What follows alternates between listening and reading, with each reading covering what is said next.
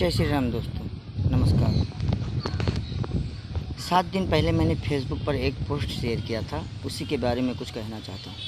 News 18 द्वारा एक मस्जिद के इमाम साहब का इंटरव्यू लिया गया, जिसमें उन्होंने संस्कृत में श्लोक पढ़ते हुए हिंदू धर्म के बारे में बहुत अच्छी जानकारियाँ दी।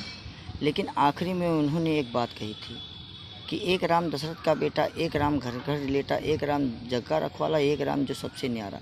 जो सबसे प्यारे राम हैं उन्हीं को मानते हैं, न्यारे हैं, प्यारे हैं, यानी जो निरंकार हैं। उनके कहने का अर्थ ये था।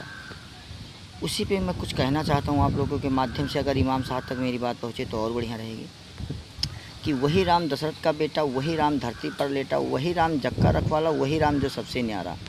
मेरे कहने का प्रयास ये है कि आप लोग समझें कि महाराज दशरथ के बेटे वो इसलिए कहलाए क्योंकि जिस घर में इंसान जन्म लेता है, जहाँ लीला किए हो, वहाँ उनके पिताजी की उपाधि उन्हें दी गई, इसीलिए वो दशरथ के बेटे कहलाए। वही राम धरती पर घर घर लेटा, मतलब जब उनको 14 वर्ष की वनवास हुई पिताजी की आज्ञा द्वारा, तब उन्होंने जगह जगह कुरिया बना के और कुश का चटाई बना के पृथ्वी पर लेट के 14 वर्ष काटे।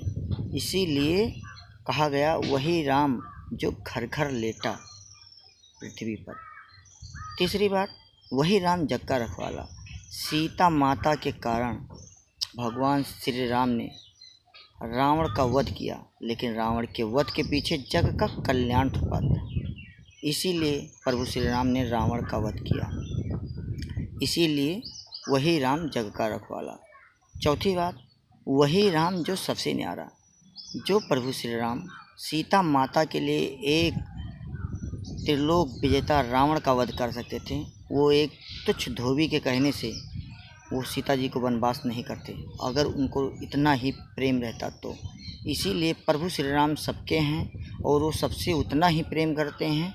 इसीलिए वो कहानी यहाँ फिट बैठती है कि वही राम जो सबसे न्यारा, यानी प्रभु श्री राम से कोसों दूर माया है। आप लोग ये बात समझें, अपने हिंदू धर्म को जानें। मेरी बात अगर अच्छी लगे तो भी राय दीजिए, बुरी लगे तो भी राय दीजिए। जय श्री राम।